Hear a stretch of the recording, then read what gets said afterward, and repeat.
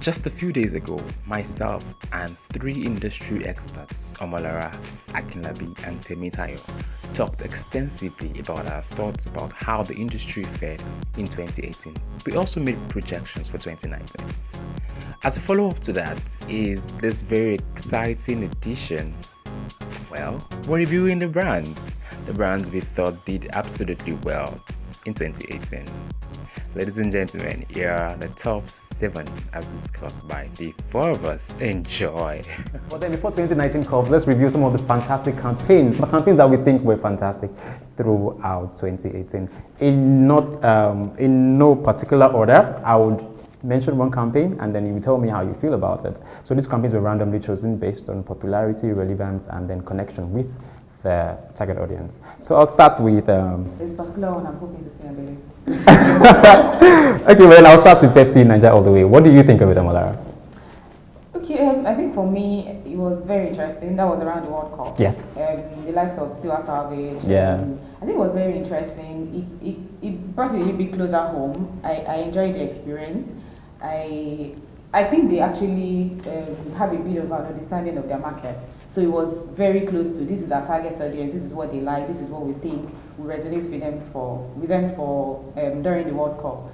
I think for me it was pretty cool. The only aspect for me really was way after the World Cup was gone, or way out of the World Cup, I still found that we still had the TVC on for even after the World Cup had ended. Yeah. I was wondering why did we? Well, I mean, couldn't that have been because perhaps what they intended to sell was the emotive connection with you being a Nigerian and not exactly how you performed in the World Cup. I'm just saying. No, I'm saying even way after the World Cup had ended, not for Nigeria. Oh, okay.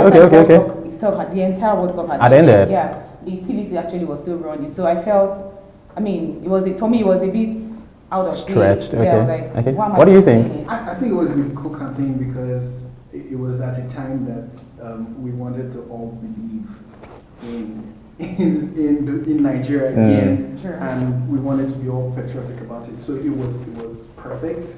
The only challenge with projects like that is it was hinged on a performance. It was hinged on performance. So immediately performance went out of the World Cup. Fever, disconnected from it. It was still okay. We still believe in our guys. It wasn't a bad exit, Sure. So we were not all sad. But every time the ad runs after we had come out, like it was reminding you of what opening the wound over and over again. But I think it was cool because great. Temitayo, what's your take on it? I think the campaign was good. For me, more and more I look at campaigns holistically. How did you do across every channel? Online, offline, everywhere you were, how did you do? So yes, I think they did well. I'd say I was expecting more from the digital bit of it, other than just promoting a video. I know they did a platform where you can upload your picture and download it on their template, but that's pretty much what I saw. I don't know if they did more. But for me, I was expecting more, especially with the kind of influencers they had. So I think they had a lot of people that they can have done a lot more with. But yeah, generally, I think across other platforms we did. Great. So another campaign that's on the list is Airtel's Meet the In-Laws. I really liked the Airtel's Meet the In-Laws. My only challenge is I'm not sure how well it did for the brand in itself, but it was one of those situations, like you said earlier on, where we saw them create content and we could see how we could relate with a product like that in our everyday lives. It was a typical Nigerian story, Sure. And we could see how this particular thing that we never thought product Possible. that saved lives and saved relationships, we could see how it did that. And I think that for me was really cool, that they created content where we could see how it works in everyday lives, But then again, the problem is that it also helps competition because it could have been any of the other guys. Sure. So it helped the industry versus it probably helped the industry more than it helped the brand. But I thought it was a good campaign. Do you agree, Temitayo? Yeah, I used to manage this brand sometimes. I think that when, like, so, no. Last week, myself and a bunch of industry professionals organized a conference on content marketing. And while we were planning this, one of the brands that came to fore when we were talking about who has really done content this year is Airtel. To my previous point on using your people beyond just an advert, they did that well. So they had 3 different executions of the TVC, and then they had some extra content out of that. So for that, you know, I give them credit. They really did that well. I think that in terms of looking at Airtel from a relatable point of view, you can relate with the brand from the content they've produced. So the brand has become like, my guy, this is my guy. That's how, you know, it is now seen. So I think the brand has become very relatable from that content they've put out. So great. So I'm going to ask Omolara, this one, I know, you know, because we talked about it earlier, and it's Budweiser, the beer. Do you think it was great? The campaign won around the World Cup. Okay, so I'll take you back one step. I probably won't lose the chance of talking about Airtel. Oh, great. Because Please go ahead. I said, I hope there's a brand that actually makes that. You meant Airtel? Actually was Oh, great, Airtel. great. So I think for me, the reason why Airtel for me is, I think the campaign really is fantastic. Reason is, too many times when you sit with clients, there's something about market relevance. And we preach it all the time to say, even if you're a global brand, don't carry the templates from other markets and bring it to Nigeria. Nigerians are very peculiar people. Sure. So we like our own things, we like to do things our own way. So when Airtel came, from the very first series about the guy on the phone, the mom was the prayer part and all that, almost everybody could relate to that. So for me, it was emotional, the connection was fantastic, it was great. And I think whoever came up with it, I mean, kudos, I think they did a very good job. But then again, we also have to be careful because we are very emotional as a people. So the in-law part, I know that there's a series, I think after that talked about where, I think Yaribo said something about selfie time. So that talks about, I mean, typically you know that's a Yoruba woman. So we need to also, you know, play on sentiment, you get. So there has to be a bit of a balance. So I think they've done well, but in trying to extend the narrative, they just need to be careful that they don't touch some sensitive parts of us as a people. But I think Airtel, I mean, 100%, if I 101, I think they really tried. Great. So Budweiser, because I know you don't drink beer, so did it appeal to you, and do you think that ad campaign appealed to people who don't drink beer? Okay, so I saw one that had the fan experience. Is that the one we're talking about? Yeah. Okay, so I mean, I don't drink beer, but when I saw it, the fan experience part was a deal for me because I saw we have a passion for football in Nigeria. Sure. So whether you're a football fan, you drink beer or something, when it comes to Nigeria, we always just want to support the Super Eagles. We don't think they're great, but too many times when it comes to probably the World Cup or Nations Cup, we just want to like clap for them and stand behind them and say, you know what, just go for it. So I think the fan experience part for me was very fantastic because it just shows how we connect with football as a people. It shows the excitement that we all share when it comes to football and national football for us. So I think it was fantastic. Taking it from the passion point of Nigerians was very fantastic. What do you think, Akinlabi? For me, they showed us how to enter a new market. I mean, if for me, if there's anything about that campaign was they showed how to enter a market that they were not existing in, and they entered and they almost won it. Well, and they entered so well, they made everybody panic. They made competition panic, and they just got people adopting the brand really cool. But you see, the real success of that campaign, you know, wasn't the fact that they were out there making promises, was at the back end they were keeping the promises, right? So they were backing it up back end with supplying, with delivery, with all of that. And that for me also is what makes a great campaign, is on the front end, everybody knows it, everybody's excited, everybody's connected with it, and on the back end, everybody's still saying, and these guys are everything that they say they are. So that for me. Great.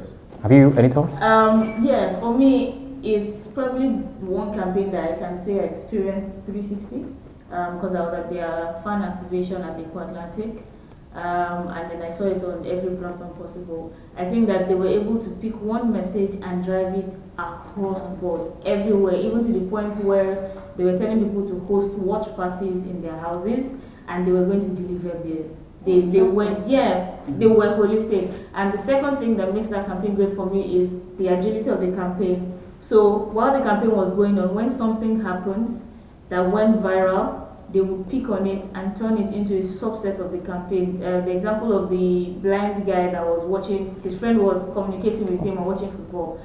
That story went viral. They picked up on it and they spun it around, turned it into a campaign, and it was perfect. Great. So they were moving. They were looking at the numbers. They were looking at things that were happening. It was around World Cup, so they picked up World Cup as a whole. What is interesting happening outside of the action on the field? What are consumers doing? They picked up on that and they used it perfectly to support that campaign. Great. Let's talk about Google My Hustle. That's another campaign that was really okay this year. What do you think of it, Akinlabi? Yeah, for me, it's the fact that, again, still jumping on connections, Google, we've all known that Google is the #1 search engine, right? But now more than ever, we feel their presence here in Nigeria, and we feel like, if we cannot just we do not only just search global information, we can search local stuff. So they made it local, right? So it was pretty much like what she said, that, I can't remember what brand it was, about making yourself relevant in this market.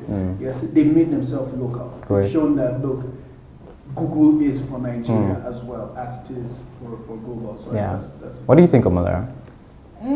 Initially, when I saw some of the ads, for me, I was like, okay, so what's Google trying to achieve? We know them already. We use them all the time. It's almost like, okay, so what's happening? Is there something new coming into the market? But I just feel like it's them trying to stay relevant, and I think it's good. Because too many times brands get too comfortable in their space and then they don't do anything. So I think fantastic job they've done. I'll also take it from that trying to understand the local market and the connection that they try to make. Too many times when we have like national holidays or things are very peculiar to us, yeah. do changing and you're like, oh, okay, so when they did that at Jadeba Woman, initially I didn't know that was well. So I was like, oh, okay, so over time what they try to do is like the hustle word is us.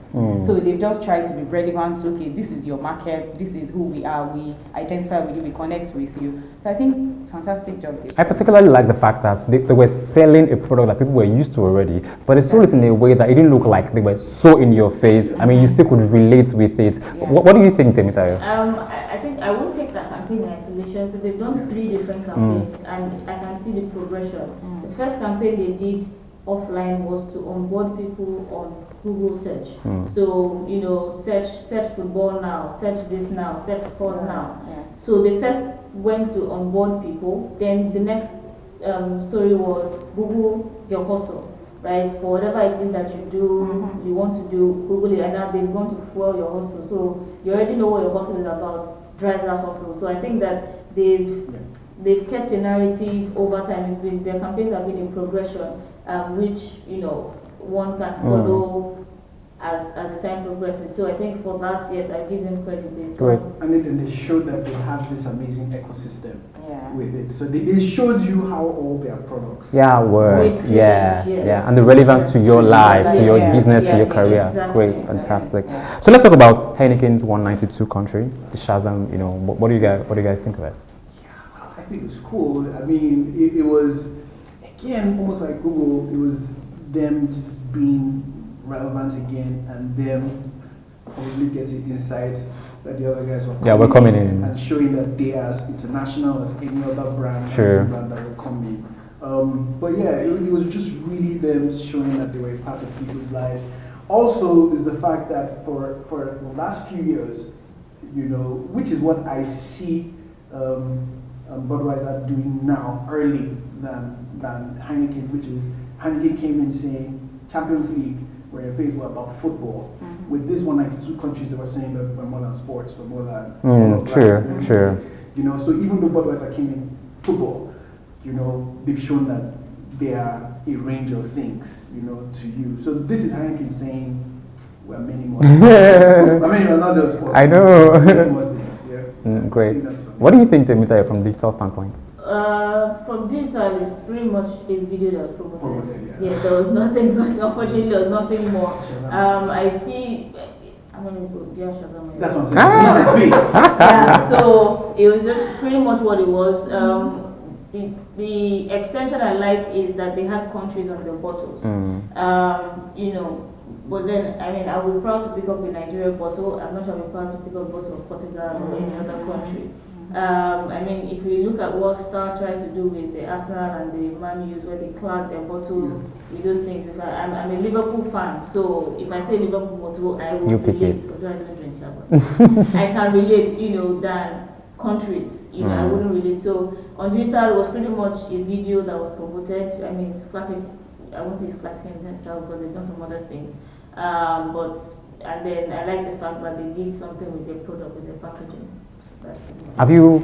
I think for me, it's beer. So too many times when I see it, I'm not particular about it. So I probably feel it's just about connecting emotionally to your target audience. I think that's what they try to do. Just take a hold of. We still have you guys. We want to be emotionally connected to you. So even if this is what competition is doing, we don't want to lose hold of our territory or something. So the sixth one, and one of my favorites, is the H2O campaign. H2O, what do you think of it, Omolara?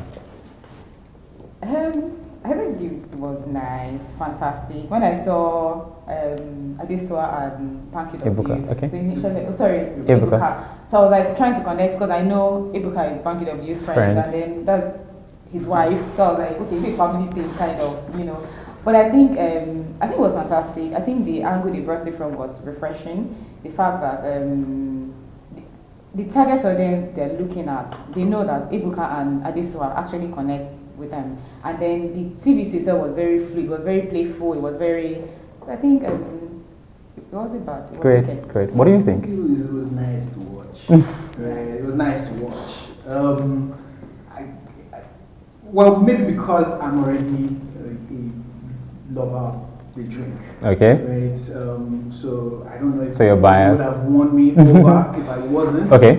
But it was nice to watch. It was refreshing in the sense that we hadn't seen that sort of creativity in a while.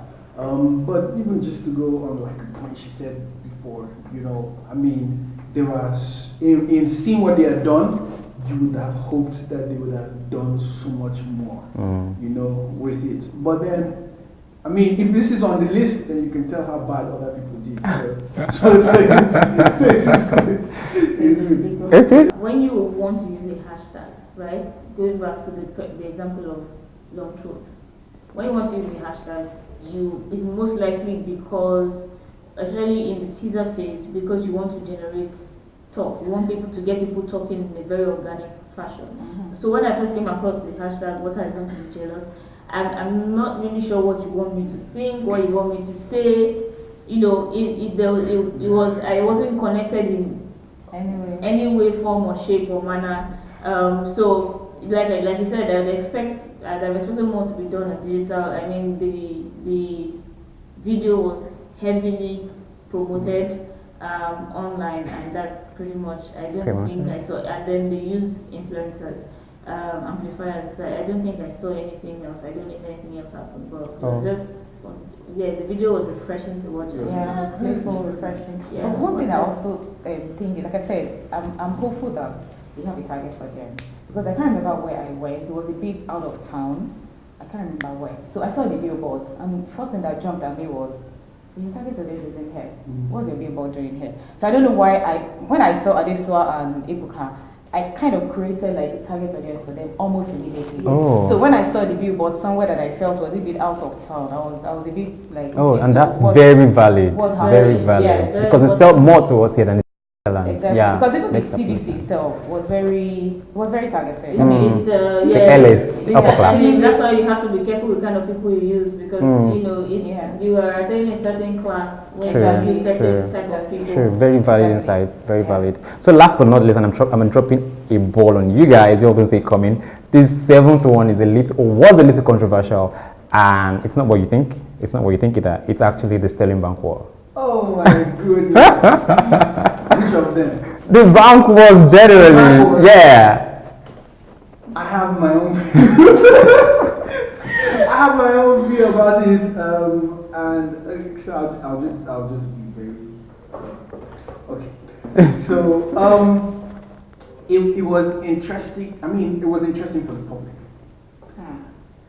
because again, we're a community of people that like that sort of thing. You know, we like to see the fights. We like sensationalizing everything. So yes, that is amazing. Yes, but I've worked from within. I've worked from within a financial institution. I've worked as an agency for a couple of institutions, including Sterling Bank. And the truth is, in the end, you need to understand what it is that the objective is. And for those types of organizations, right, people do not choose banks simply by how cool they are. You understand? That's not what it is. No one has ever said, I'm going to bank with these guys simply because of how cool they are, right? Without considering several other things. Functionalities of what the bank is, the safety, the products, what it is that they have, how connected. I mean, you need to consider all of these things, right? And so these wars, right, are about getting people's attention and making people feel a certain type of way. I am hoping that what we have seen is a part of a whole, right? We're going to, in the next few months, see that this organization has beefed up to become the bank of the future. Then all of this, in hindsight, will make sense. But without that, right, my opinion is they should have stayed away from some of the banks, right, which I have seen are going futuristic. I mean, other banks in Africa are trying to catch up with these guys. In fact, other banks internationally, you know, are trying to catch up with these guys.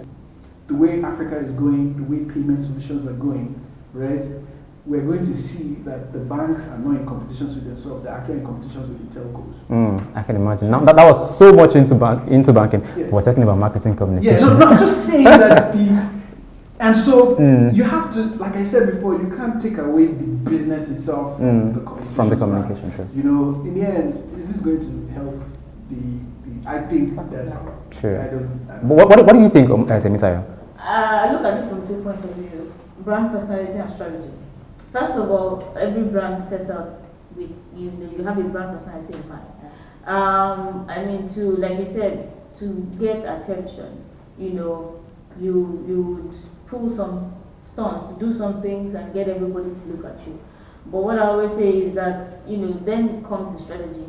When people are looking at you, what do you have to say, right? When the first one happened, I personally kept going back to their page to see, oh, what are they launching? What's happening? What exactly? You know, you have everybody's attention now. What do you want to say to us? It's like you're bringing everybody to your house, and then we're all sitting down silent. Who died? Right? I mean, so when you get attention, you have to be able to maintain that attention. I will look at it very much from the communication point of view, outside of bottom line point of view. So, you know, you had our attention, and then what did you do with it? So yes, the brand personality, I mean, maybe they've decided that one of our personality is to be savage. It's okay. You know, if it works for you, it's, you know, it's all well and good. But then what again is the strategy behind it? What's the long-term strategy? What's the short? Are you just trying to get people's attention in short bursts, interim? When you get their attention, what do you do with it?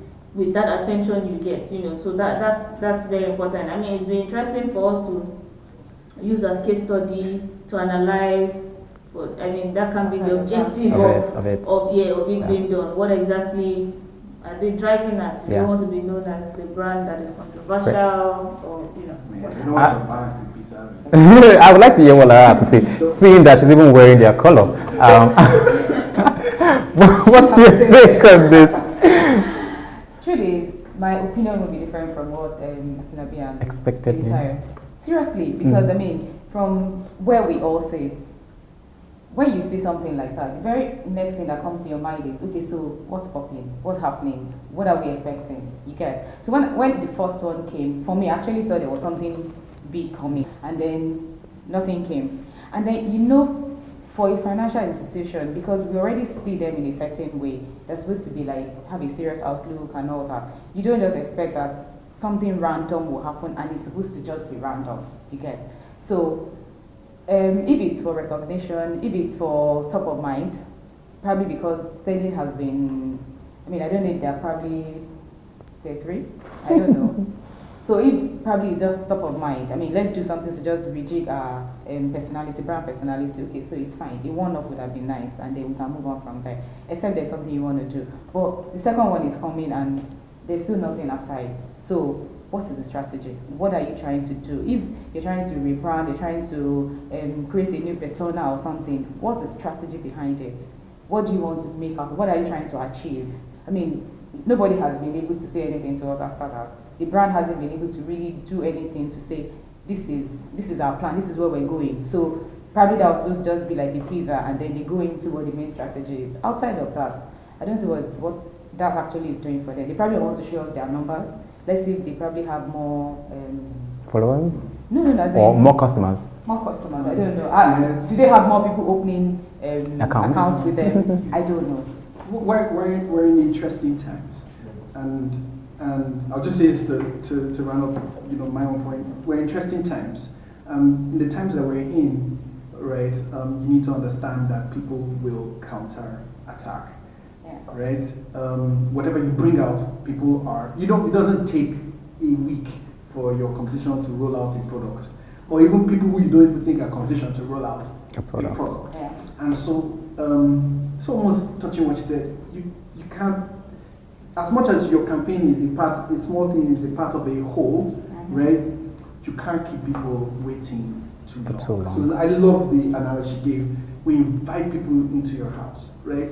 The time span that people's attention, you need to know that, look, if I'm doing this today, my response has to be tomorrow. It has to be, because any small gap, you will see brands and banks. Something will happen, and somebody will capitalize on it. You know, so yes, they might have been a strategy or a plan to do, but it's rolling out too slow, to the point that by the time you come out, right, everybody has forgotten that. You know. I'll be shocked if there's a strategy to roll out anything. I think, like you said, probably they're just trying to be the Savage Bank or something. It won't be bad to have a Savage Bank, you know. Just saying. Are you kidding me? I need to walk into your house, knowing that when you tweet or mail them, they will respond savagely to you when you have my money. Like seriously. Not be a Savage Bank. Exactly. Like yes, kind of, you know. So that's about the most we can take on this edition of the review on the industry on brands of Olamide, and then we do hope that we've been able to drop some insights as to how 2019 is going to be, and we hope that you learned a thing or two. Thank you for staying tuned. My name is Olamide Dasanya, and it's still Brand Talk with Olamide.